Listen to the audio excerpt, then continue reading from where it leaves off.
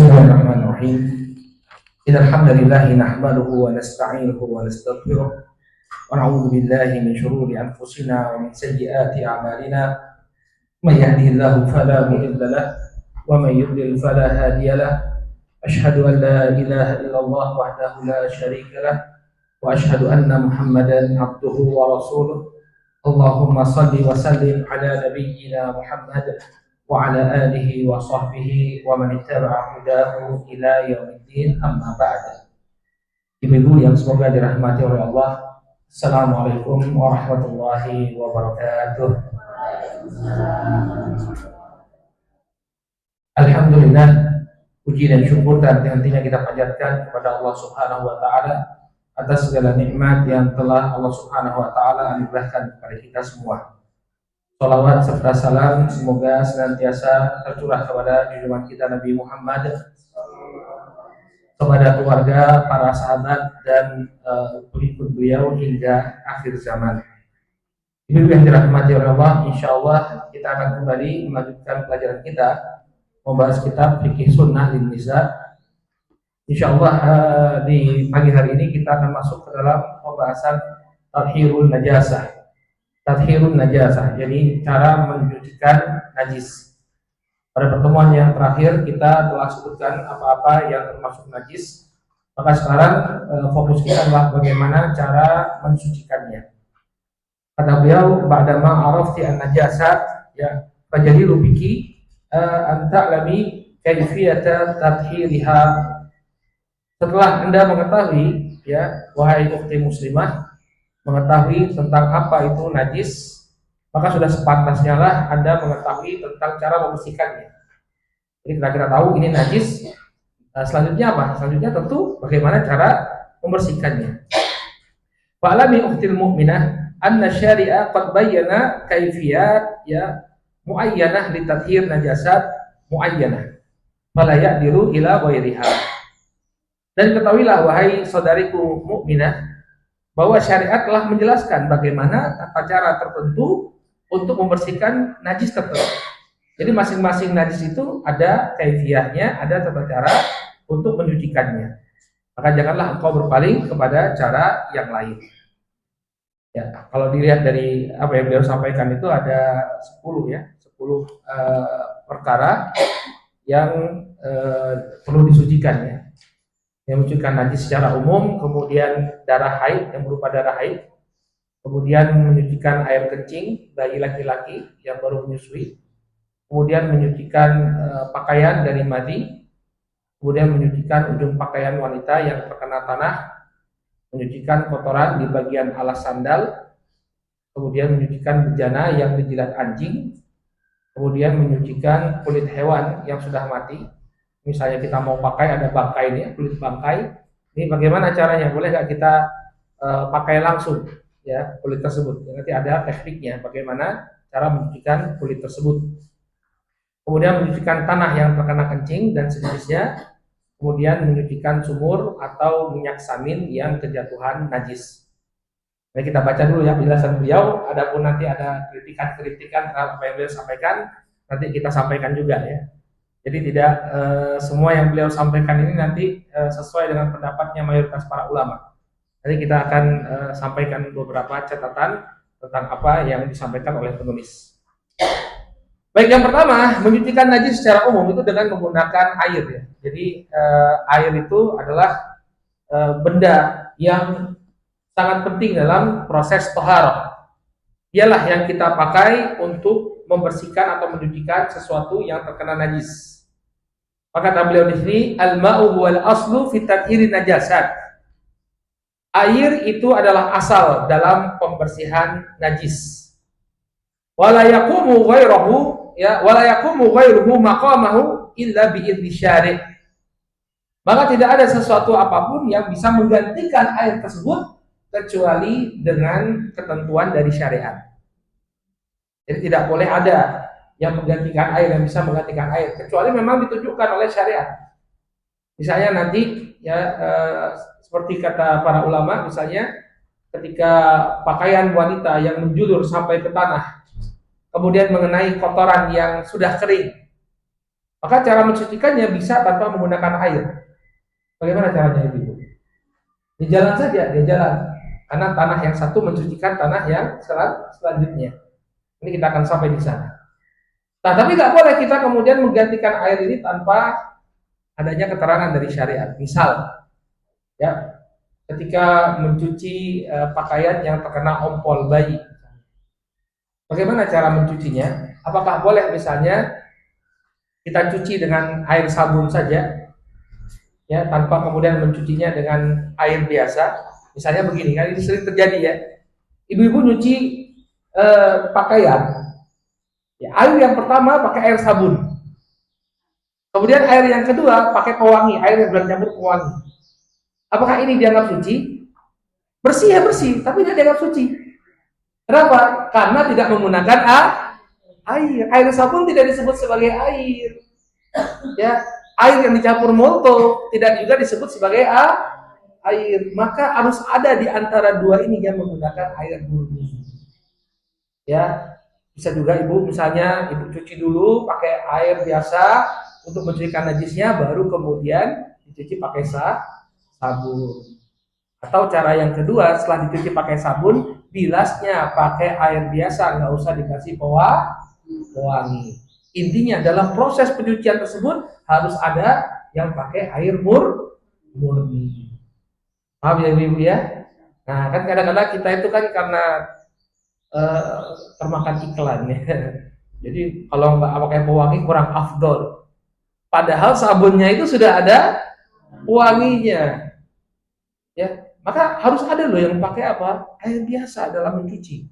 Jadi nggak bisa ibu-ibu cuma menggunakan sabun dan juga menggunakan air yang dicampur dengan pewangi atau pelembut pakaian.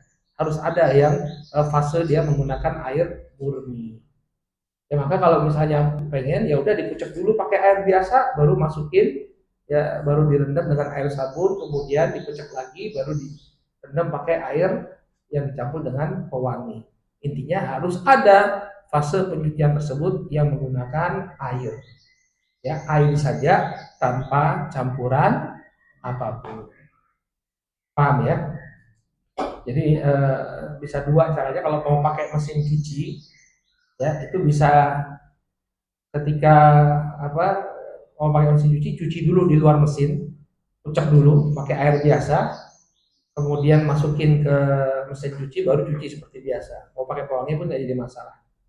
Atau nggak apa-apa, cuci pakai sabun dulu. Ini untuk mencuci kotoran. Tapi untuk mensucikannya nanti dibilas. Bilasnya hanya menggunakan air biasa tanpa menggunakan pewangi. Jadi bersih belum tentu suci. Ya, bersih belum tentu suci. Secara zahir ini sudah bersih, tapi belum dianggap suci. Kalau misalnya ibu misalnya gini ya, pakai pakaian ini, pakai pakaian yang terkena darah haid. Kemudian ini belum dicuci pakai air biasa, pakai sabun sudah, pakai pewangi sudah, kemudian dijemur, lalu ibu pakai lagi untuk sholat. Ini nggak sah sholatnya. Kenapa? Karena pakaiannya belum suci. Ini banyak yang belum tahu karena perkembangan teknologi sekarang pakai sabun, pakai pewangi, padahal yang mensucikan itu adalah air murni.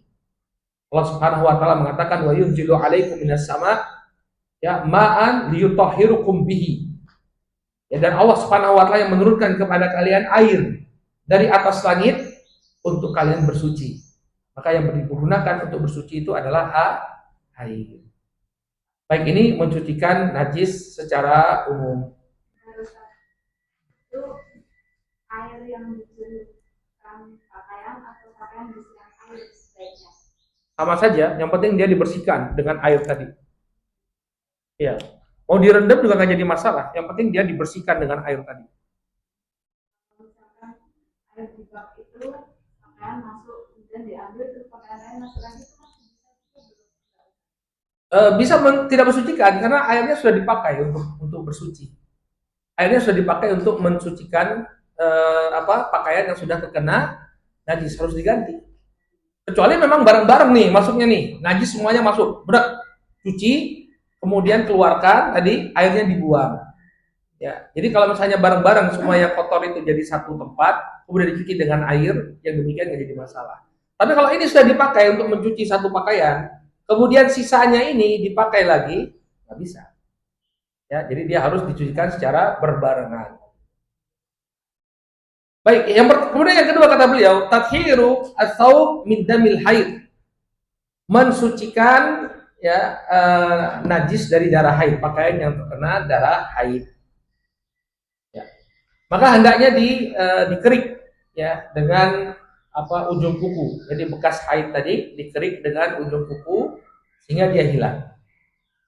Ya, dalilnya adalah hadis dari Asma binti Abi Bakar. Ya, hadis dari Asma binti Abi Bakar di mana Asma ini bertanya kepada Nabi alaihi salatu wasalam, "Ihdana yusibu thawbaha min damil haidhah, kaifa tasnahu bihi?" Wahai Rasulullah, dahulu di antara kami itu ada yang pakaiannya terkena darah haid. Maka apa yang hendaknya kami lakukan? Maka Nabi Shallallahu Alaihi Wasallam mengatakan ya, tahutuhu, summa takrusuhu ya bilma, summa tandahuhu, summa tusalli fihi. Ya, kau sekirkan darah air tersebut, kemudian keriklah, dikerik. Jadi kotoran haid itu benar-benar hilang. Ya, kemudian cucilah, lalu silakan kamu untuk melakukan sholat dengan pakaian tersebut,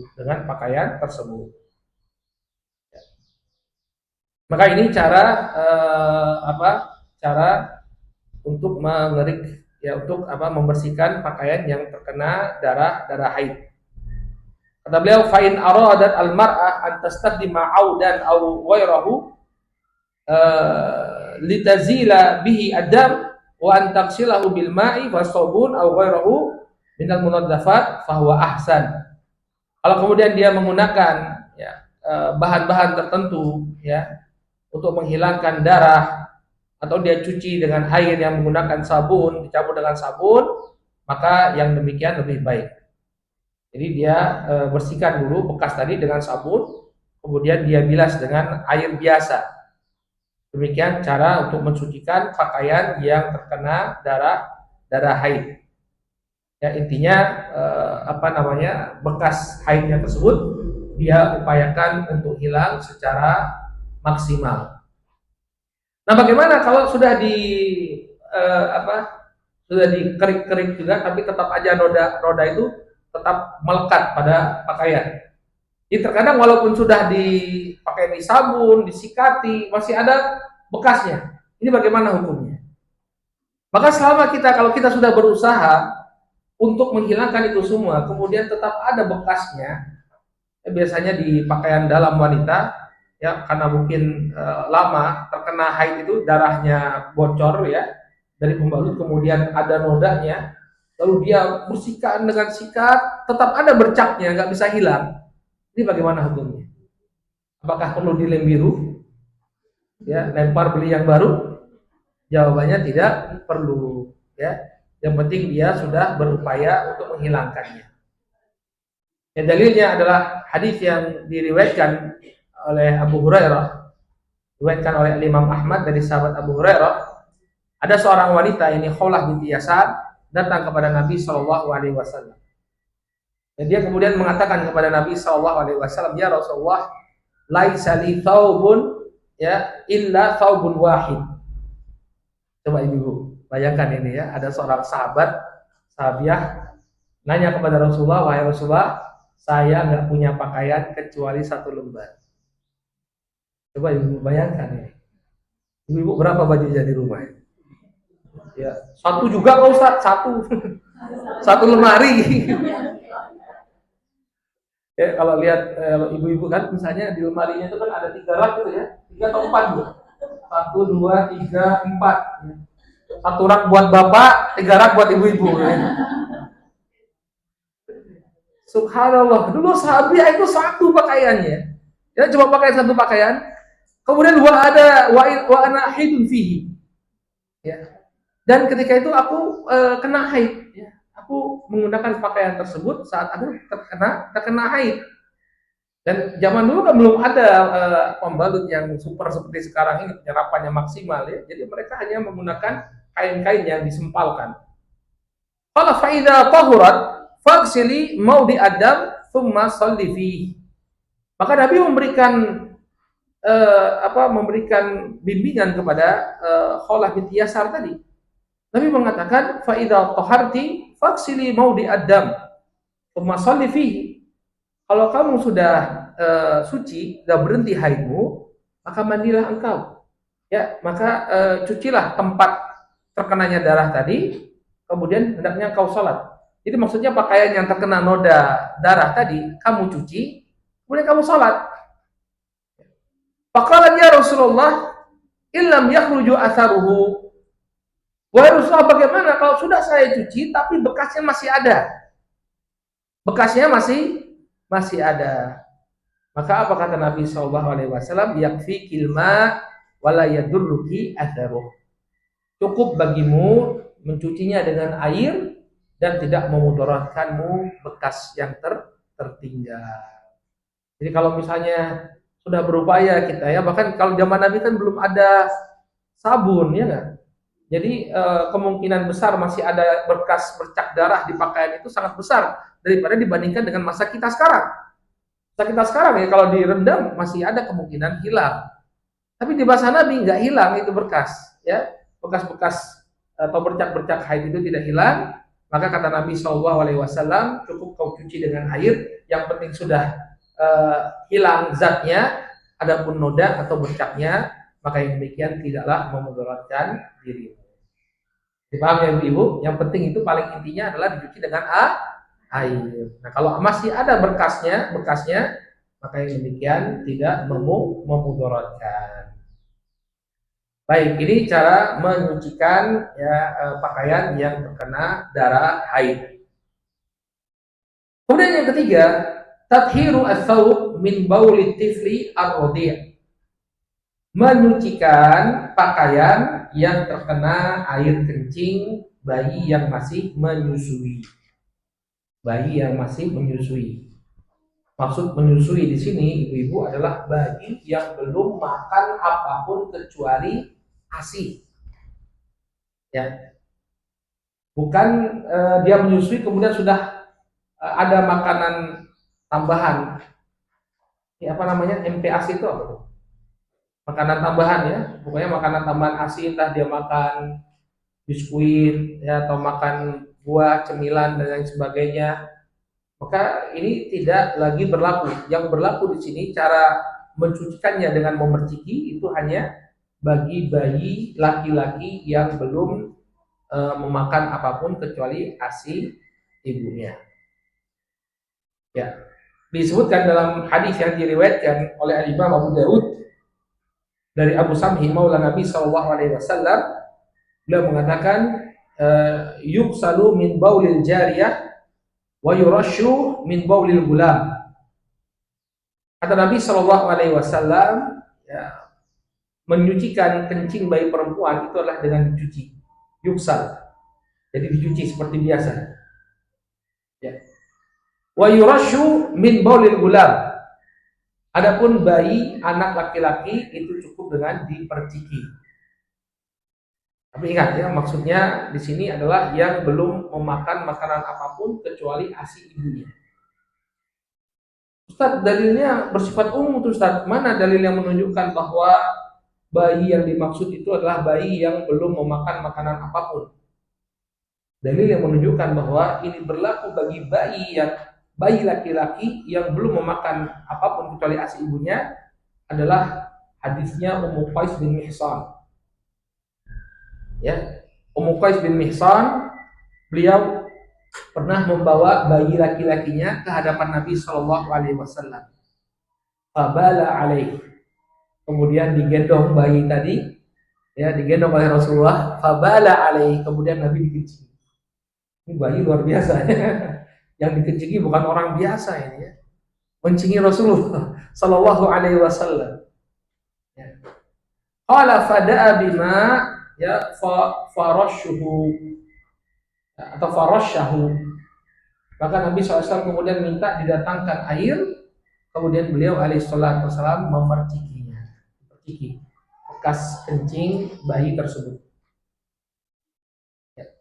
Nah dengan syarat tadi ya, Dia pertama bayi laki-laki, kemudian yang kedua dia belum memakan apapun kecuali ASI ibunya. Berarti apakah aturan ini berlaku bagi bayi perempuan? Jawabannya tidak. Bayi perempuan harus dicuci. Nah, tadi dalilnya, ya, yuksalu min baulin jariyah. Bayi perempuan itu harus dicuci bekas kencingnya. Jadi kalau laki-laki, ya, dia boleh diperciki. Kemudian syaratnya kedua, yang dia konsumsi baru ASI ibunya, belum memakan apapun selain pasokan ASI. Ini syarat yang kedua. Jadi kalau dia sudah makan sesuatu yang lain selain ASI ibunya, maka tidak boleh lagi sekedar diperciki, tapi dicuci sebagaimana pakaian yang terkena kencing wanita, bayi wanita. Ya. Kenapa Ustaz? Kok kayaknya ada perbedaan itu ya, ada diskriminasi ya dari bayi perempuan dengan bayi laki-laki. Apa hikmahnya? Ya sebenarnya kita dalam syariat itu cukup sami'na wa ta'na, mendengar dan taat. Begitu Nabi mengatakan kalau yang bayi laki-laki cukup diperciki, yang perempuan harus dicuci, sami'na wa ta'na. Kami mendengar dan kami taat. Tapi sebagian para ulama yang menjelaskan ada perbedaan antara kencing bayi perempuan dengan kencing bayi laki-laki. Kata mereka kencing bayi perempuan itu lebih pekat dan baunya itu lebih kuat daripada kencing bayi laki-laki. Yang punya bayi laki-laki dan perempuan mungkin bisa merasakan bedanya. Wallahu ta'ala a'lam. Ini penjelasan sebagian para ulama. Namun Bapak Ibu yang dirahmati oleh Allah, cukup kita sebenarnya tanpa harus tahu hikmahnya, cukup mendengar dan taat kepada apa yang diarahkan oleh Rasulullah SAW. Kalau bayi perempuan harus dicuci, adapun bayi laki-laki cukup diperciki. Perciki itu ambil air kemudian seperti ini, perciki. Ya, kalau dicuci itu dikasih air kemudian digosok gitu ya. Diperciki disiram dengan air. Ya, disiram dengan air. Baik. Kemudian yang keempat, tathiru as-saub minal madhi. Menyucikan pakaian dari madhi. Ya. Maka madhi ini termasuk perkara yang sering terjadi pada kaum laki-laki. Jadi termasuk najis ya. Jadi madhi ini cairan yang keluar dari kemaluan ya karena adanya dorongan syahwat. Karena adanya dorongan syahwat maka keluar madhinya, cairannya lengket. Nah di sana ada khilaf di kalangan para ulama tentang cara menyucikannya. Kalau penulis di sini menyebutkan bahwa dia cukup diperciki. Kita baca penjelasan beliau, lamma kana al-madhi mimma yukthiru huduthuhu ya wa ta'ummu bil balwa jaa at-takhfifu fi tadhhirihi min asy-syari'. Karena madhi itu banyak sekali terjadi dan ini menjadi musibah yang menimpa ta'ummu bil balwa, artinya musibah yang biasa menimpa kaum laki-laki, maka muncullah pemberian keringanan ketika mensucikannya dari syariat. Ya fayakfi an yurasya ats-tsaubu bil ma' fi makanil madhi. Maka kata beliau cukup untuk memercikkan air di pakaian yang terkena madhi. Dan ini adalah pendapatnya mazhab Hambali. Ya. Dalilnya adalah hadisnya Sa'al bin Hunayf. Ya, Sa'al bin Hunayf. Beliau mengatakan, ya, kuntu alqa min madhi syiddatan. Dahulu aku sering sekali terkena madhi, ini keluar madhinya. Wa kuntu ukthiru minhu al-iktisal. Dan aku pun sering mandi karena keluarnya madhi tersebut. Sampai mandi beliau. Fasa'altu Rasul sallallahu alaihi wasallam an dzalik. Maka kemudian aku pun bertanya kepada Nabi alaihi salatu wasallam ya tentang perkara ini. Faqala, maka Nabi mengatakan, innama yujzika min dzalika al-wudu. Maka Nabi katakan kepada Sahal bin Hunayf, Sahal, kamu tuh nggak perlu mandi. Kalau cuma keluar mandi itu nggak perlu sampai mandi. Cukup bagimu untuk berwudu, berwudu saja. Ya, beda dengan mandi. Mandi memang harus mandi. Tapi kalau cuma keluar mandi, itu yang batal itu wudu saja. Maka kalau kamu ingin sholat, ya tinggal wudu lagi. Kata Rasul Shallallahu Alaihi Wasallam.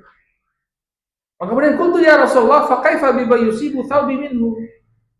Maka kemudian aku bertanya kepada Nabi alaihi salatu wasallam, wahai Rasulullah, bagaimana dengan pakaianku yang terkena madhi?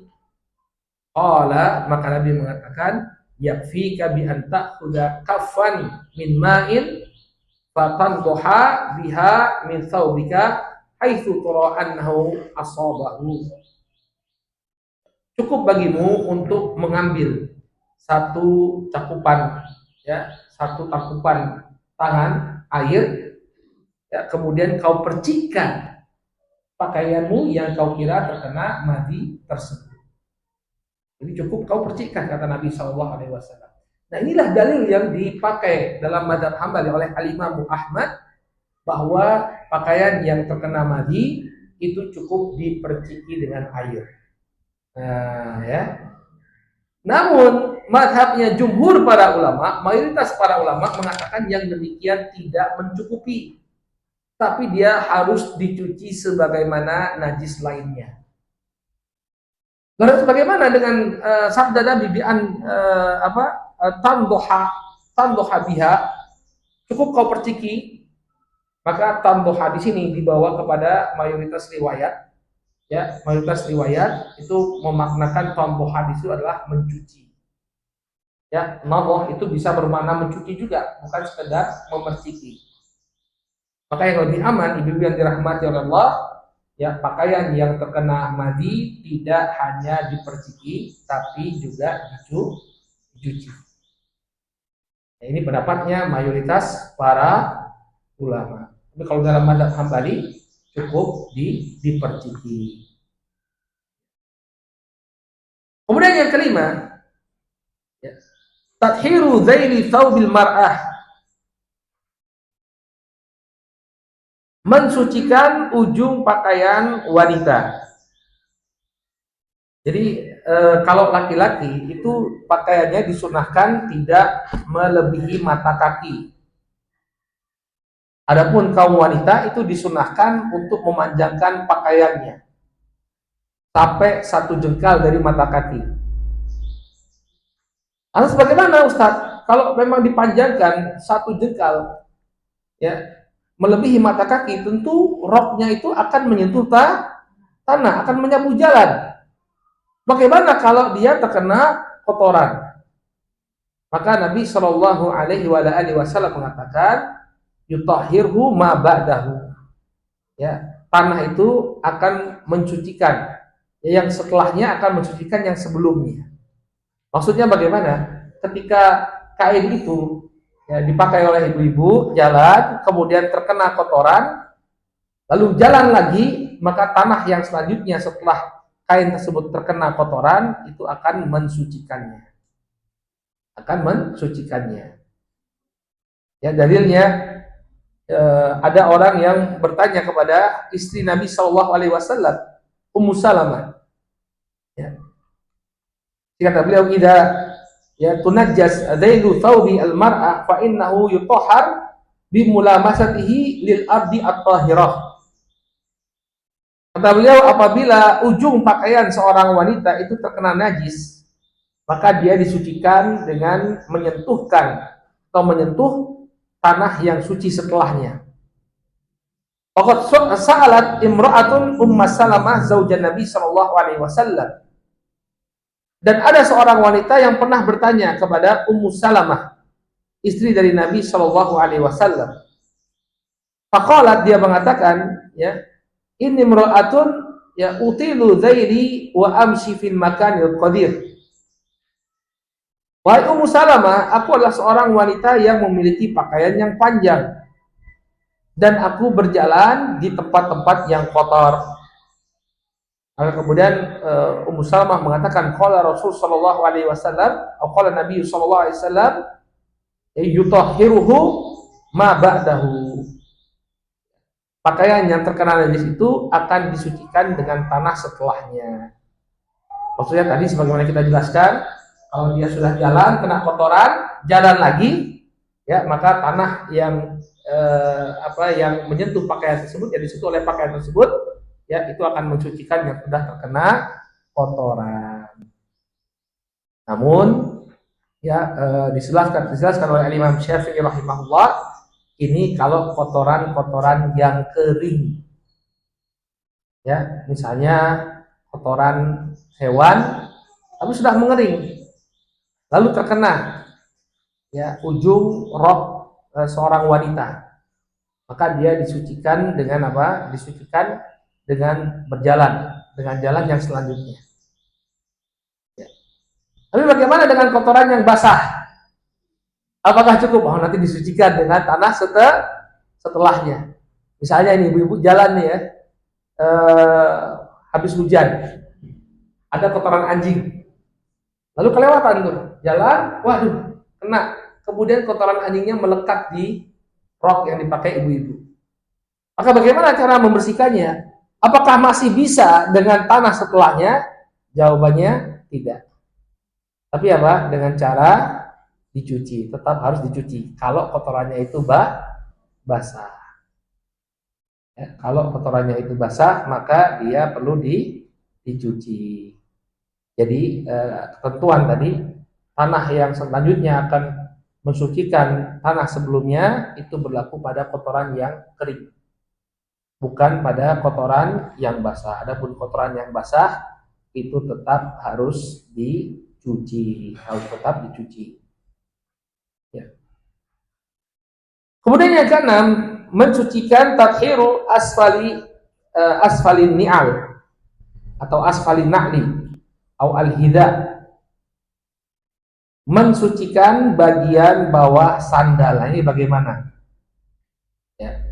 Maka yang penting itu adalah digosokkan dengan tanah. Ya. Dalilnya adalah kisah yang cukup panjang dari sahabat Abu Sa'id Al-Khudri radhiyallahu taala anhu, hadis yang diriwayatkan oleh Al-Imam Muslim dan Al-Imam Abu Dawud. Dari Abu Sa'id Al-Khudri radhiyallahu taala anhu, beliau mengatakan bainama Rasul sallallahu alaihi wasallam yusalli bi ashabihi id khala'a na'laihi fa wada'ahuma an yasarihi. Kata Abu Sa'id Al-Khudri, pernah suatu ketika Nabi Shallallahu Alaihi Wasallam mengimami sholat di hadapan para sahabatnya. Kemudian Nabi Shallallahu Alaihi Wasallam melepaskan kedua sandal beliau, lalu meletakkannya di sebelah kiri beliau. Qala falamma ra'a dzalikal qaum alqani'alahum. Maka ketika melihat Nabi Shallallahu Alaihi Wasallam melepaskan sandal beliau, para sahabat ikut melepaskan sandal-sandal mereka karena tidak tahu apa yang sedang terjadi. Ya, Nabi melepaskan sandal, ya sudah kita juga melepaskan sandal. Mungkin ada ibu-ibu yang bertanya, Ustaz, itu kok sholat di masjid itu kok pakai sandal, itu apa? Boleh? Boleh nggak ibu-ibu? Boleh. Ibu-ibu besok sholat ke masjid pakai sandal ya. Baik, perlu kita jelaskan, ibu-ibu yang dirahmati oleh Allah, masjid di masa Nabi Shallallahu Alaihi Wasallam itu ya tidak ada lantainya, atau lantainya itu cuma tanah,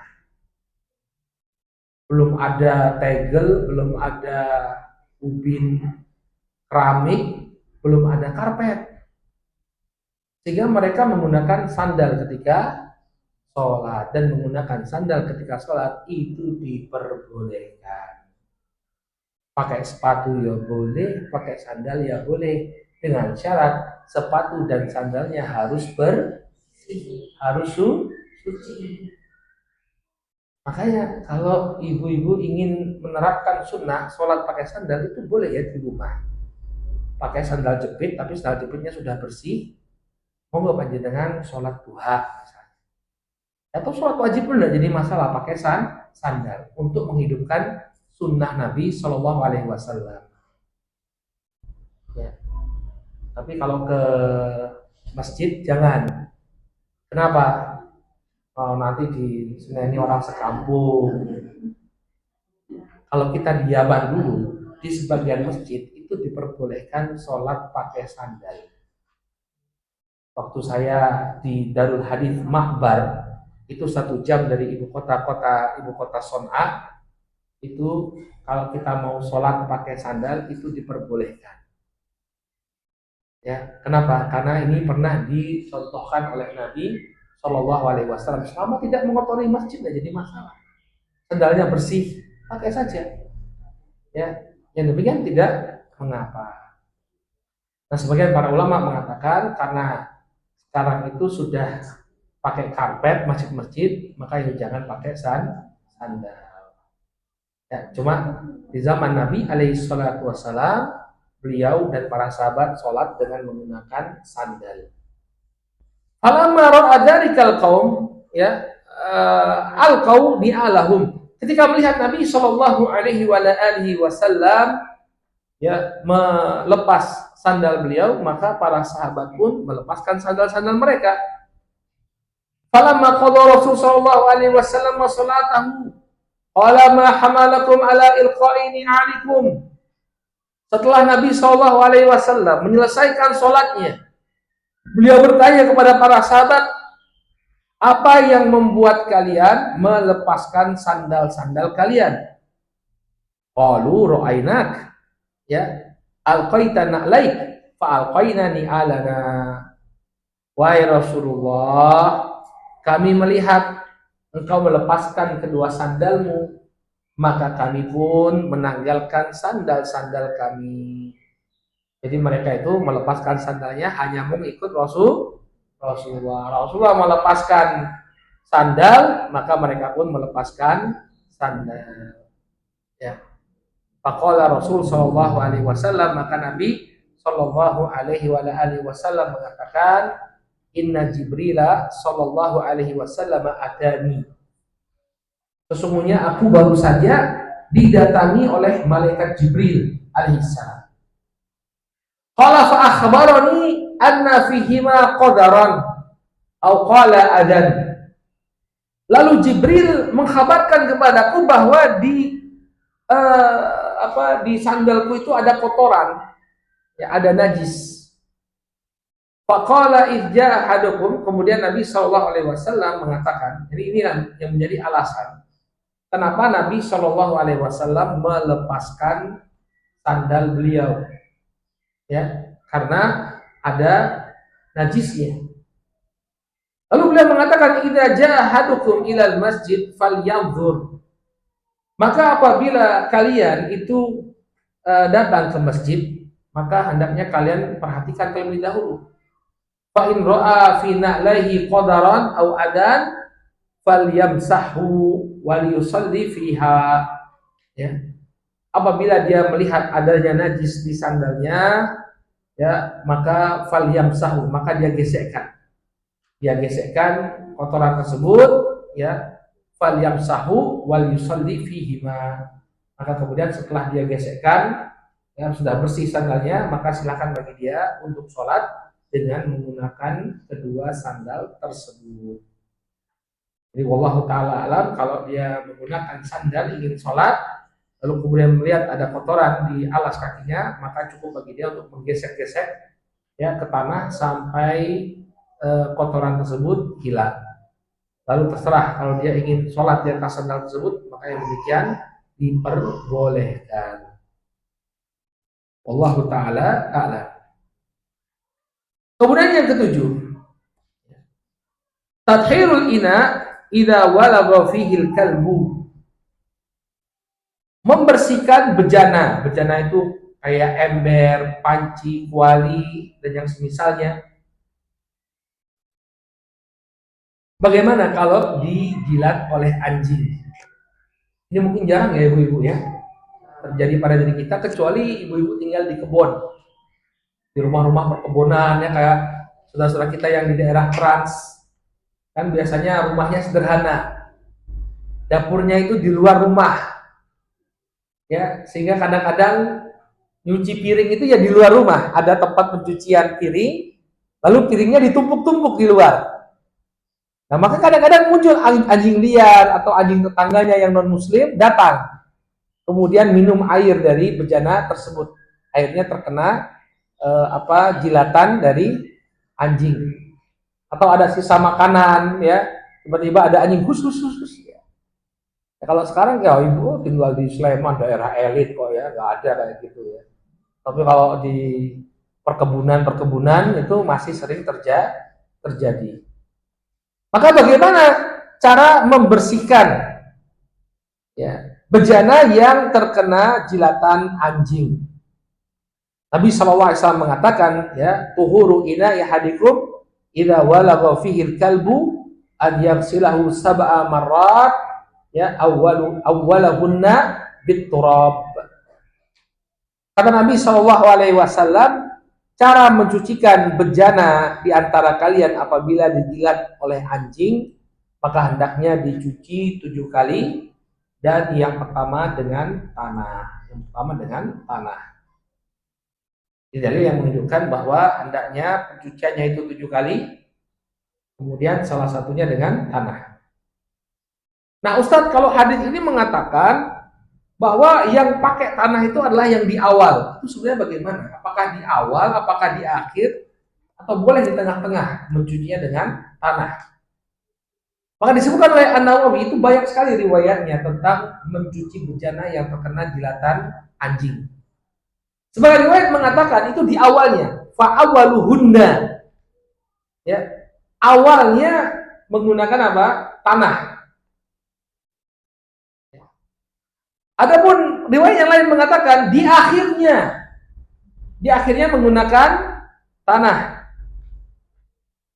Demikian juga ada yang mengatakan, ya, dicuci 7 kali, kemudian yang ke-8 menggunakan tanah.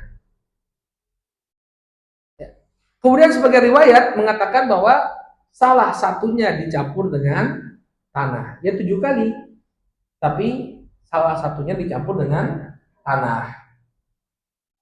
Maka bagaimana menjamak riwayat-riwayat yang demikian banyak ini?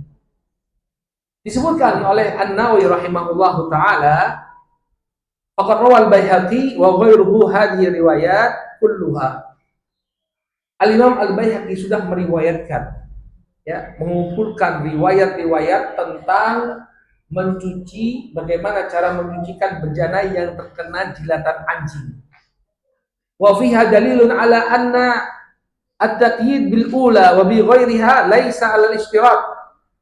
Setelah dikumpulkan riwayat-riwayat tadi, ya, kita bisa ambil satu kesimpulan, ternyata tidak harus di awal, ya, mencucinya dengan tanah tadi tidak harus dilakukan di awal. Bal al-muradu ihdahunna, bahkan yang dimaksudkan adalah yang penting salah satu, ya, cuciannya itu dengan menggunakan apa? Tanah, dicampur dengan apa? Tanah. Kalau wa amma riwayatu, ya, wa afiruhu atsaminah biturab, bagaimana dengan riwayat yang mengatakan bahwa, ya, yang ke-8 hendaknya dicampur dengan tanah? Ada riwayat yang mengatakan yang ke-8, bukan lagi yang ke-7. Fa madhhabuna wa madhhabul jamaahir annal muradu iksiluhu sab'an wahidatun minhunna biturab ma'al ma'. Ya, menurut jumhur para ulama, mayoritas para ulama, demikian juga menurut mazhab kami, mazhabnya Imam Nawawi apa ibu? Syafi'i. Kata Imam An-Nawawi, menurut mazhab jumhur para ulama, mayoritas para ulama, dan mazhab kami yang di mazhab Asy-Syafi'i, ya, yang dimaksud dengan cucilah 8 kali, itu maksudnya cucilah 7 kali, dan salah satunya dengan tanah. Faka'anna turab qa'imun maqama ghuslatin fasumiyat tsaminah. Maka dengan adanya tanah tadi, medianya kan 2. Bukan hanya air dan bukan hanya air saja, tapi air plus tanah. Maka tanah ini dianggap yang ke-8. Ya. Jadi walaupun ada riwayat yang mengatakan yang kedelapan menggunakan tanah, itu maksudnya ya yang airnya campur dengan tanah tadi 7 kali. Salah satunya dicampur dengan tanah. Jadi kesimpulan dari apa yang disampaikan oleh Al-Imam An-Nawawi di sini yang dirahmati oleh Allah, intinya dicuci 7 kali, kemudian salah satunya ya dicampur dengan tanah. Ustaz, bagaimana kalau digantikan dengan sabun? Nggak bisa. Ya, para ulama menjelaskan ini ta'budiyah. Ta'budiyah artinya kita mengikuti apa yang dituntunkan oleh Nabi SAW sebagai bentuk ibadah. Nggak boleh kemudian diganti dengan sabun, harus tetap menggunakan tanah. Kemudian yang ke-8, tathiru jild al-maitah bid-dibal. Yang ke-8, menyucikan kulit hewan ya yang sudah menjadi bangkai, yaitu dengan disamak. Ya. Apa itu disamak? Yaitu dibersihkan kotoran lemaknya, yang kemudian dia direndam dengan larutan tertentu. Biasanya itu pakai daun apa itu? Ada yang tahu nggak? Ada yang pernah nyamak nggak? Pakai daun salam. Ya, pakai daun salam. Kalau sekarang sudah banyak cairan-cairan kimia untuk menyamak kulit, maka silakan dia pakai. Dia bersihkan lemak-lemak dari yang melekat pada kulit tersebut, kemudian dicuci ya dengan air dengan menggunakan daun salam tadi. Ya, kemudian dia dibentangkan, dijemur. Pernah lihat pabrik kulit ya? Ya, jadi dia dijemur. Kalau di Jogja itu ada kayaknya banyak di Jogja. Kita tuh pengekspor kulit kok ke luar negeri. Harusnya ada. Ibu dulu waktu SD nggak pernah outing ke kulit ya. Ya. Wisatanya kemana dulu ya? Nggak pernah ke pengrajin kulit. Ya. Nah maka kulit dari hewan itu ketika dia disamak maka dia menjadi suci. Walaupun hewannya itu ya matinya tercekik, tidak disembelih ya. Tapi kalau sudah disamak itu tetap suci. Ya. Nah, bagaimana dengan kulit bab 1? Ya, ini ada ya. Sekarang saya pernah nonton presentasi di TED Talk itu ya tentang bagaimana babi itu mengisi kehidupan manusia. Ternyata itu banyak sekali tas-tas yang terbuat dari kulit babi. Maka walaupun dia sudah disamak ya tetap najis hukumnya. Karena zatnya memang najis. Demikian juga kulit anjing ya, kulit anjing. Ya, apa dulu ada apa film Dalmatian ya, anjing-anjing yang totol putih-putih itu diambil kulitnya dijadikan tas gitu ya.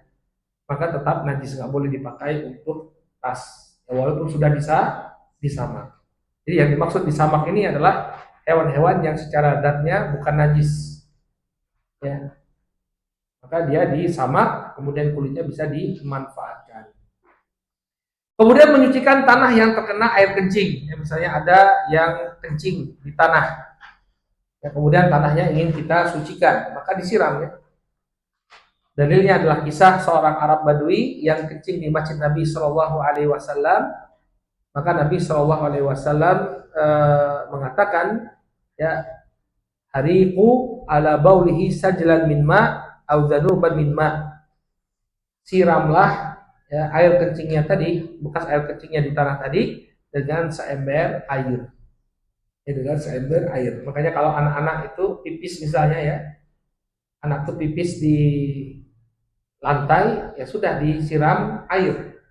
Ya, disiram air kemudian baru dipel. Jadi cara mensucikannya adalah disiram air. Ya, baru kemudian dipel. Kemudian yang ke-10, mensucikan sumur atau minyak sabun yang kejatuhan najis. Nah ini perlu catatan kita ya terhadap apa yang disampaikan beliau. Beliau mengatakan tathhirul bi'ri aw samni idza waqa'at fiha najasatun. Membersihkan sumur atau minyak samin. Ya, atau minyak apapun, minyak goreng, ibu-ibu punya minyak goreng taruh di kaleng, kemudian kejatuhan tikus. Nah itu bagaimana? Ya. Di sini ada yang perlu kita perhatikan ya, kita catat apa ada catatan dari beliau ini ya. Wa yakunu binaz'in wa izalatin najas wa ma haulahu. wa yabqa al-baqi tahiran. Nah, ini yang perlu kita kritisi. Kata beliau, ya maka cukup diambil bangkainya atau najisnya tersebut, kemudian kita hilangkan najisnya dan apa yang ada di sekitarnya. Jadi misalnya bangkai tikus tadi masuk ke sumur, maka cukup kita ambil bangkainya tadi, kemudian yang ada di sekitarnya, misalnya ketika bangkai itu sudah terkena air, biasanya dia keluar, ya mengeluarkan kayak cairan gel seperti itu ya lendir begitu, lendirnya dibuang. Nah, kemudian kata beliau, wal baqi tahiran. Adapun yang tersisa itu sudah suci kata beliau. Jadi cukup diambil saja kata beliau ya. Lalu kemudian apa dalilnya? Dalilnya adalah apa yang diriwayatkan oleh Al-Bukhari bahwa Nabi Shallallahu alaihi wasallam su'ila an fa'ratin saqatat fi samnin. Beliau ditanya tentang bangkai tikus yang jatuh di minyak samin. Jadi minyak untuk menggoreng itu kemudian kejatuhan. Ya, kejatuhan tikus. Maka Nabi mengatakan al-quha wa ma haulaha. Kata Nabi Shallallahu alaihi wasallam, lemparkan atau buanglah bangkai tersebut dan apa yang ada di sekitarnya. Ya. Fatrahuhu, kemudian buanglah bangkai tersebut dan apa yang ada di sekitarnya. Wa kulu ya samnakum, kemudian makanlah minyak samin kalian, silahkan kalian konsumsi. Maka kata beliau, wah ini dalil menunjukkan bahwa kalau bangkai itu jatuh kepada minyak samin, maka apa? Maka cukup dibuang saja. Minyak saminnya tidaklah kemudian menjadi najis. Ya, jadi kalau ada minyak goreng, ibu-ibu punya minyak goreng, taruh di kaleng. Ya, taruh di kaleng, kemudian kemasukan curut. Maka menurut beliau ini, diambil curutnya, kemudian silahkan dipakai untuk goreng lele. Suci kata beliau. Nggak mau ya. Wah, jijik ya betul ya. Nah, tapi kalau minyaknya itu 1 drum misalnya, kebetulan jualan misalnya punya warung sembako, ya sebelum dimasukkan ke plastik itu 1 liter 1 kilo 1 kilo, ya itu kemasukan tikus. Nah itu bagaimana? Kan eman mau dibuang, ya enggak? Yang penting konsumen nggak tahu. Allah tahu ya, Allah tahu ya. Nah ini pendapat beliau ya. Dan ini wallahu taala alam yang zahir dari ucapannya Al-Imam Al-Bukhari. Jadi Al-Imam Al-Bukhari itu membuat judul bab ya, babu idza waqatil fa'ru fi samni al-jamid awid dhaib. Ya, jadi kalau Al-Imam Al-Bukhari itu mengatakan ini berlaku baik minyak itu dalam keadaan padat atau dalam keadaan cair. Kan sering ya kalau apalagi sekarang musim dingin itu kan minyaknya kan memadat ya. Nah, kata Al-Imam Al-Bukhari ya, beliau mengatakan ini berlaku baik minyak itu dalam keadaan sudah padat, membeku begitu, dan juga dalam keadaan cair. Namun wallahu taala a'lam bishawab ya, di sana jumhur para ulama selain Al-Bukhari itu mengatakan bahwa ini hanya berlaku ketika minyaknya itu membeku. Ya, ketika minyaknya itu memadat jadi beku, ketumpahan misalnya ada bangkai tikus, stop.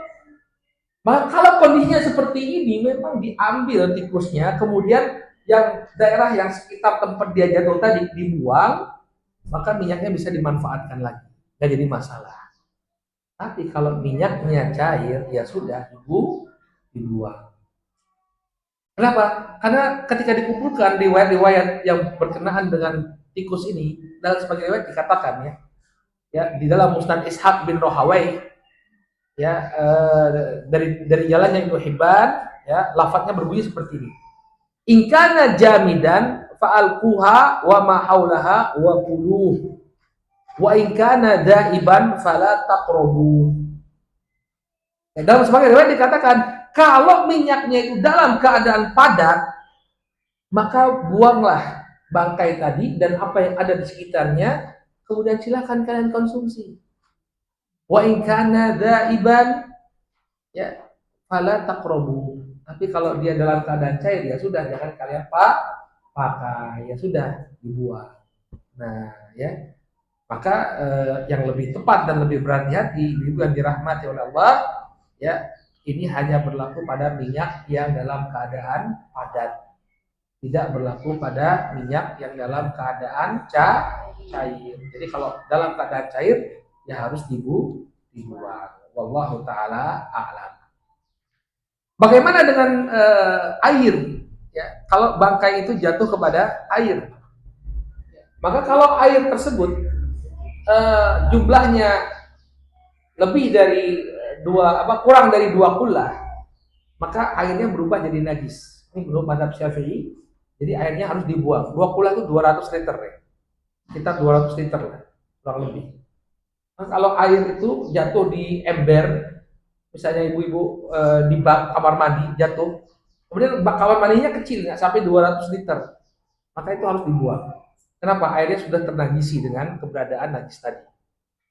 Tapi kalau misalnya dia lebih dari 200 liter, artinya lebih dari 2 kullah, lalu ketika dibuang bangkai tadi, airnya itu tidak berubah rasanya, maka ya sudah, dia suci. Kenapa? Nabi mengatakan idza balagal ma'u kullatain lam yahmilu al-khabath. Lam yahmilu al-khabath. Apabila air itu mencapai 2 kullah, maka dia tidak dipengaruhi oleh najis. Tapi 2 kolah tadi ya, sekitar 200 liter, 216 liter sebagian para ulama mengatakan 216 liter. Maka ini ketentuan terhadap sumur misalnya. Kalau sumur kan lebih. Kalau misalnya airnya banyak, ya maka dibuang saja tikusnya tadi. Ya. Tapi kalau airnya sedikit, maka perlu kuras dulu. Kalau airnya kurang dari 2 kullah. Kemudian beliau di sini memberikan tambahan di poin yang ke-11 dan poin yang ke-12. Sudah difotokopi sampai situ, sudah ya. Kata beliau, idza istahalat ya sifatu ainin najas bihaitsu batala anhu ismu al-mahkum alaihi bin najasah wa sara syai'an akhar tahiran fa innahu yuhkam alaihi bit taharah kama idza tahawwala al-ghaid ila turab. Kemudian kata beliau, apabila telah berubah sifat dari benda najis tersebut, ya, sehingga dia tidaklah diberikan nama sesuai dengan nama najis tadi, berubah dia kepada bentuk lain yang suci, maka dia dihukumi suci. Seperti kotoran yang sudah lama, sudah kering, kemudian dia berubah menjadi tanah, tidak kelihatan lagi kotorannya, sudah seperti tanah, maka dia tidak dihukumi seperti kotoran. Kemudian yang kedua, catatan yang kedua, idza saqata ala thawbil mar'ati ya labadun min sadiha ya fala junaha 'alaiha wa la yajibu 'alaiha an tughsilaha fa huwa tahirun wa laysa bihi najasatun. Ya, wa binahwi hadza al-qaul qala Ibrahim an-Nakhai kama inda Ibnu Abi Syaibah fil Musannaf bi sanadin hasan. Apabila ada dari air susu ibu yang jatuh kepada pakaiannya, maka tidak perlu disucikan sama sekali. Karena dia tahir, ASI itu tahir, tidak termasuk najis. Ini pendapatnya Ibrahim an-Nakhai. Jadi wallahu taala alam, mungkin ada yang menganggap bahwa air susu itu najis. Ya enggak mungkin najis ya. Karena apa? Diminum ya, enggak mungkin. Masa bayinya minum najis ya? Maka beliau luruskan pemahaman yang keliru ini, ya, bahwa susu yang keluar dari ibu itu bukanlah najis sama sekali. Baik, demikian penjelasan cara mencuci najis ya menurut beliau. Tapi sebenarnya kalau dalam mazhab Syafi'i itu lebih simpel. Jadi kalau dalam mazhab Syafi'i ini faedah tambahan saja ya. Jadi kalau dalam mazhab Syafi'i ya, cara mensucikan najis itu cuma 3. Ya. Dan ini kembali kepada pembagian najis di sisi mereka. Jadi kalau menurut ulama Syafi'i, najis itu ada 3. Yang pertama, najis mughalladah. Mughalladah itu najis kelas berat. Apa itu najis kelas berat? Itu tadi jilatan anjing. Maka dia dicuci 7 kali, salah satunya dengan tanah. Itu mughalladah. Ya, jilatan anjing. Kemudian yang kedua, najis mukhaffafah. Najis mukhaffafah. Najis yang ringan. Yaitu najis berupa kencing bayi laki-laki yang belum minum apapun, makan apapun kecuali ASI ibunya. Ini mukhaffafah.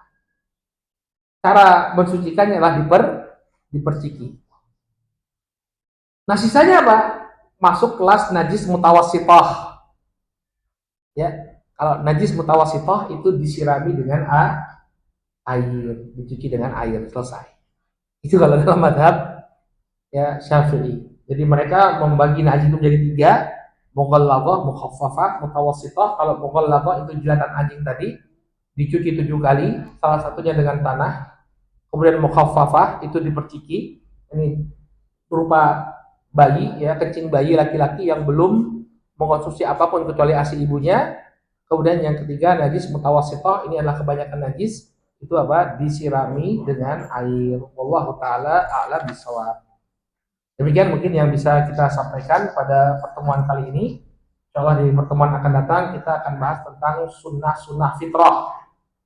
Ya, itu sunat, yakni khitan, kemudian mencukur bulu kemaluan, kemudian memendekkan kumis, kemudian apa lagi ibu-ibu? Memotong kuku, dan satu lagi apa? Mencabut bulu ketiak, ya. Insya Allah kita bahas di pertemuan yang akan datang bi'idznillah ta'ala. Baik, cukup sampai di sini. Kalau ada yang tanyakan kami persilakan. Nah, Bu. Waalaikumsalam warahmatullahi wabarakatuh.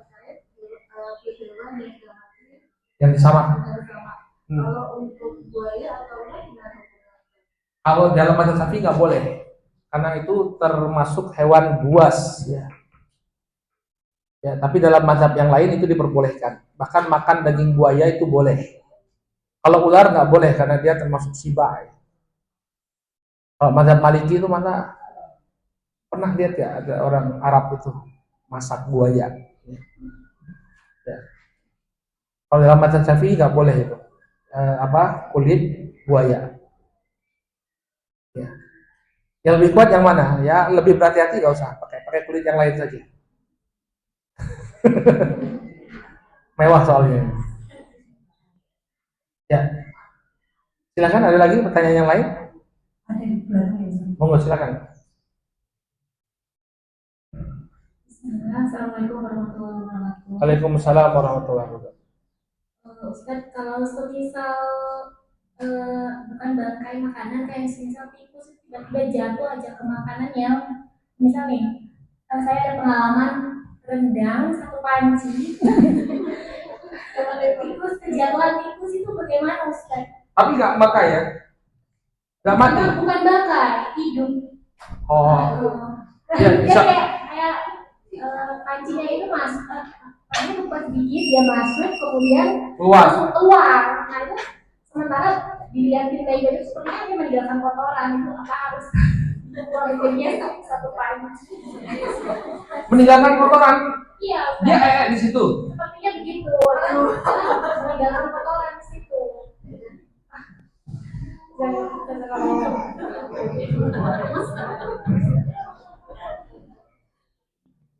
Ya. Kalau misalnya kotorannya itu belum tersebar ya kita dibuang. Tapi kalau misalnya ketahuan kemudian kotorannya sudah masuk ke makanan ya harus dibuang. Ya. Menang sepanci berapa kilo, Bu? Ya jadi intinya kalau kotorannya itu sudah menyebar, artinya kan dia panas sudah dulu kemudian dan kotorannya sudah masuk kan otomatis dia menyebar di rendang tersebut, maka harus dibuang. Ya, harus dibuang karena kotoran itu najis. Tapi kalau dia cuma jatuh aja, cuma kakinya 1-2 langkah kemudian dia langsung loncat, ya insya Allah nggak jadi masalah. Iya. Ibu-ibu ya. Apa Mickey Mouse ini tikus ya? Kan lucu dia. Itu bagaimana media mengubah ya, tikus itu hewan jijik ya, tapi jadi hewan lucu ya. Tom and Jerry aja, Tomnya yang sial ya. Jerry-nya beruntung. Jadi begitu ya Bu ya. Kalau dia kotorannya tadi sudah masuk ke dalam makanan ya harus dibuang karena dia najis. Tapi kalau tidak maka dilanjutkan saja. jadi masalah insyaallah. Allah taala alam. Masya Allah, jarang ada kasus seperti itu. Kalau ketemuan cicak, Mati cicaknya. iya. Cicak itu termasuk yang nggak jadi masalah insya Allah. Kalau cicak kan termasuk yang dimaafkan karena dia tidak memiliki darah yang mengalir. Insya Allah nggak jadi apa-apa, nggak jadi masalah. Cicak ya. Ya Allah taala. Para ulama tuh nggak mau masukkan kotoran cicak itu nggak najis. Padahal dia reptil ya, kenapa ya? Menarik. Reptil itu memiliki sistem peredaran darah. Menarik benar nih, jadi PR nih. Kenapa kok cicak itu kok nggak jadi najis? Baik, ada lagi? Bismillah, ingin bertanya Ustaz. Silakan Bu. Mengenai ujung bawah kaki yang lain. Iya. Kotoran kecuali kotoran yang basah. Ini berlaku untuk semua kotoran hewan atau hewan ada pembagian hewan Ustaz? Ya, itu kan ada khilaf kan di kalangan para ulama, sudah kita jelaskan kemarin ya. Bagian ulama mengatakan semua kotoran hewan, ya itu dia termasuk najis. Ya, tapi dalam mazhab Hambali itu yang najis itu, yang dikecualikan dari najis itu adalah hewan yang dimakan. Kalau hewan itu adalah hewan yang dimakan, maka kotorannya bukanlah najis. Kotorannya tidak termasuk najis. Mereka berdalilkan dengan sholatnya Rasul Shallallahu Alaihi Wasallam di kandang kambing. Ya, kambing itu kan hewan yang dimakan, tapi Nabi sholat di kandang kambing. Ini menunjukkan bahwa kotoran kambing itu bukanlah najis. Tapi dalam mazhab Syafi'i, kotoran hewan apapun itu najis. Makanya itu menjadi kesulitan di tengah-tengah para petani di Indonesia. Kenapa? Jualan najis itu nggak boleh. Jualan najis itu nggak boleh. Sementara pupuk kandang itu dibuat dari kotoran hewan. Nah, kotoran hewan itu menurut mazhab Syafi'i najis. Makanya mereka kebingungan itu. Gimana kalau gitu kami jual kotoran hewan? Maka ada yang memberikan solusi dengan apa? Dicampur, jadi tidak murni kotoran hewan. Jadi dia hanya salah satu bagian penyusunnya saja. Ya. Atau apa solusi yang lain? Tahu nggak? Ambil mazhab yang lain gitu ya. Ambil mazhab yang memberikan keringanan. Wallahu taala alam. Ya. Jadi begitu ya Bu ya. Kalau pendapat yang lebih berhati-hati, semua jenis kotoran hewan. Semua jenis kotoran hewan kita hilangkan. Wallahu taala alam. Kalau bangkai itu kan kemarin dikecualikan apa? Bangkai yang darahnya tidak mengalir, seperti bangkai serangga, belalang. Ya demikian juga bangkai hewan laut. Baik, ada lagi yang ingin tanyakan? Ada Ustaz. Ya silakan Bu. Bismillah, izin bertanya Ustaz, bagaimana dengan muntah itu apa najis apa enggak gitu kan? Terus kemudian muntahan hewan misalnya seperti muntahan kucing itu kan sering banget ya Ustaz ya. Kucing yang muntah ketika mengeluarkan sisa bulu dalam tubuhnya itu dia kan muntah. Apakah itu najis? Ya kadang kita nggak kelihatan gitu kan, tahu-tahu apa? Ada muntahannya. Iya. Lengket atau kadang udah kering seperti itu. Bagaimana dengan muntahan itu? Kemudian yang kita kuatkan ya, mayoritas para ulama muntah adalah najis. Ya, muntah termasuk najis.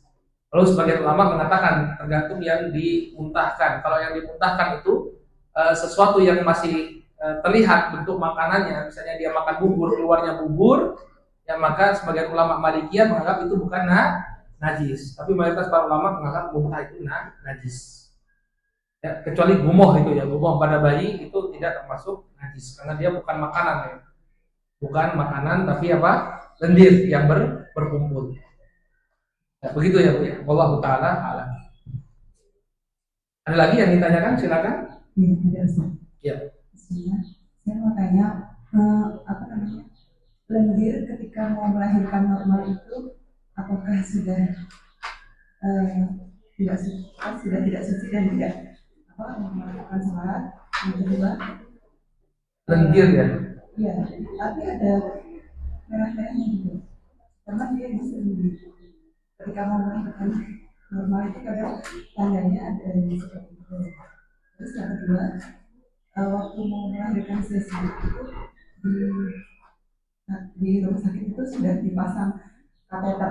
Nah waktu masang kateter itu tidak tahu apakah kencing itu berat atau gimana gitu. Jadi waktu itu langsung melakukan sholat aja, wudhu seperti biasa, tapi di tempat tidur langsung melakukan sholat. Nah itu untuk Wudhu apa tayamum? Wudhu. wudhu, jadi wudhunya pakai air aqua. Oh, masya Allah. Ya. Tapi nggak tahu. Baik. Belum tahu waktu itu, belum tahu apakah Kecipratan. Ya. Waktu memasang kateter. Baik. Ya, untuk yang pertama itu sudah termasuk nifas ya, ketika sudah keluar lendir yang berwarna kemerahan, artinya ada darah di sana, maka itu sudah termasuk dihukumi sebagai darah nifas. Ini darah yang muncul ketika seseorang itu akan dan sudah melahirkan. Jadi ini hukum darah pertanyaan yang pertama, dia terangkat darah nifas, maka dia sudah tidak boleh lagi sholat kalau sudah keluar. Kemudian yang kedua, ini kaidah ya ibu-ibu ya. Sesuatu itu dikembalikan kepada hukum asalnya. Kalau kita ragu-ragu, al-yakin la yuzalu bisyak. Ini kaidah dalam fikih. Sesuatu yang diyakini itu tidak bisa dikalahkan dengan sesuatu yang masih ragu-ragu. Dalam kasus kateter tadi, sebelum ibu tadi dipasang kateter, ibu dalam keadaan pakaiannya suci, pakaiannya bersih. Kemudian dipasang kateter, ibu muncul was-was. Apakah nanti ada percikan keluar kencing tadi mengenai pakaian atau tidak? Maka dalam kondisi yang seperti ini, yang yakin tidak bisa digeser oleh yang ragu. Kenapa? Karena ini kan masih ragu-ragu, kena percikan atau tidak. Kecuali memang ibu melihat dan merasakan bahwa ada yang keluar dari air kecil tadi ketika dipasang kateter. Tapi kalau baru was-was ini keluar atau tidak, maka kembali ke hukum asal. Apa hukum asalnya? Suci, bersih. Dan itu semua berlaku pada semua kondisi. Misalnya nih ibu sholat, ya, ibu sholat kemudian merasakan sesuatu di perut ibu. Tersebut apa enggak? Maka apa langkah yang harus ibu ambil? Lanjutkan sholatnya atau batalkan? Jawabnya lanjutkan. Kenapa? Karena ketika ibu masuk sholat, ibu yakin dalam keadaan suci. Adapun keluarnya angin itu suatu hal yang masih kita ragukan. Orang enggak. Ini ragu-ragu. Maka sesuatu yang yakin itu tidak bisa dikalahkan oleh sesuatu yang masih ragu-ragu. Nah, ini pegang kaidah tadi. Misalnya ini banyak pegang kaidah ini sangat bermanfaat. Misalnya ibu ragu-ragu di sholat kita sudah 3 rakaat ya atau baru 2 rakaat nih. Ya, kalau kita ragu-ragu ya maka yang diambil adalah jumlah yang terkecil. Kenapa? Kalau 2 rakaat kita nggak ragu. Saya sudah sholat 2 rakaat, ya bahwa ini adalah rakaat yang kedua itu nggak ragu. Tapi kalau rakaat yang ketiga apakah ini tambahan? Ya, ini kita masih ragu-ragu, maka diambil jumlah yang terkecil. Karena posisi dia sholat dalam rakaat yang kedua ini lebih mantap daripada datangnya keraguan-raguan apakah ini sudah masuk rakaat yang ketiga atau belum. Allah Ta'ala. Ya silakan. Bismillah. Apa Ustaz izin mengonfirmasi kembali yang kotoran cicak tadi berarti menurut Mas Syafi'i najis ya karena semua kotoran hewan ya Ustaz? Ya, saya cek lagi deh, insya Allah. Saya ragu-ragu nih sekarang. Ya, iya masalahnya kalau secara biologis itu cicak itu kan ada peredaran darahnya. Tapi kadang-kadang apakah dia termasuk darah yang ma'fu anhu? Ada jadi karena kebanyakan, karena banyaknya hewan itu beredar di tengah-tengah kita dan sulit dibersihkan. Kadang-kadang dia masuk ke dalam kategori ma'fu anhu. Sebenarnya seperti dalam kasus kucing. Ya, kalau dalam mazhab Syafi'i, ibu-ibu yang dirahmati Allah perlu tahu ya, dalam mazhab Syafi'i, bulu hewan itu najis. Bulu yang terpisah dari hewan itu najis. Maka otomatis bulu kucing itu najis menurut mazhab Syafi'i. Tapi dia termasuk apa? Najis yang ma'fu anhu, yang dimaafkan.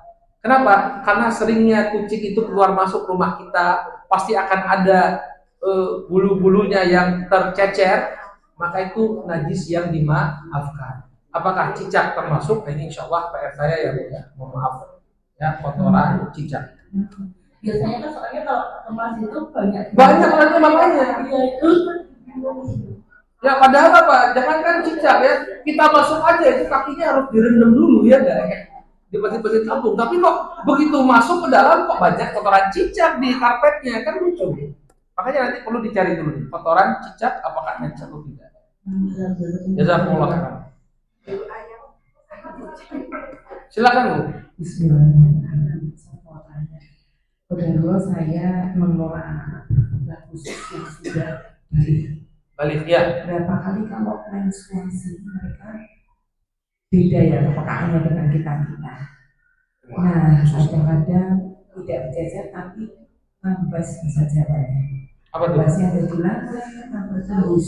Oh, tembus. Nah, kadang-kadang karena mereka juga hiperaktif kan ya nggak terasa, kita nggak tahu dari mana. Pada saat kita sholat jamaah, kita kan nggak tahu ya. Nanti sadarnya setelah selesai itu mungkin di lantai lihat masih ada darah seperti itu.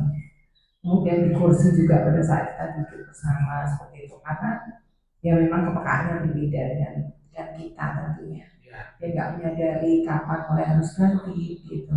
Jadi kami memang harus bersabar untuk selalu mengecek gitu. Kadang-kadang lolos dari amatan kami, terlebih kalau sedang outing keluar seperti itu. Mohon penjelasannya. Ya. Kalau kita sebelumnya sudah berusaha untuk mengecek di tempat sholat kita itu ada kotoran atau tidak, dan kita tidak mendapati, tapi kemudian setelah sholat baru ketahuan, maka yang demikian tidak memudaratkan sholat kita insya Allah.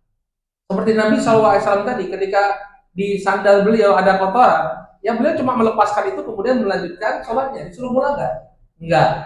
Ya, beliau tidak disuruh mengulang oleh Jibril alaihissalam sholat beliau lanjutkan sholatnya. Makanya kalau kita sudah selesai sholat, ya tidak perlu untuk mengulang. Apalagi kalau sebelumnya sudah berupaya mengecek, tapi tetap saja kebobolan. Yang demikian tidak menjadi masalah insya Allah. Begitu ya Bu? Ya. Cukup Ibu-Ibu? Baik, kita coba dulu sampai di sini. Insya Allah di pertemuan yang akan datang, sunnah fitrah. Masalah kapan tanggalnya pertemuan yang akan datang nanti diinfokan oleh Bu Vera insya Allah. Mari kita tutup kajian kita dengan doa kafaratul majlis. Subhanakallahumma wa bihamdika asyhadu an la ilaha illa anta astaghfiruka wa atubu ilaik. Assalamualaikum warahmatullahi wabarakatuh.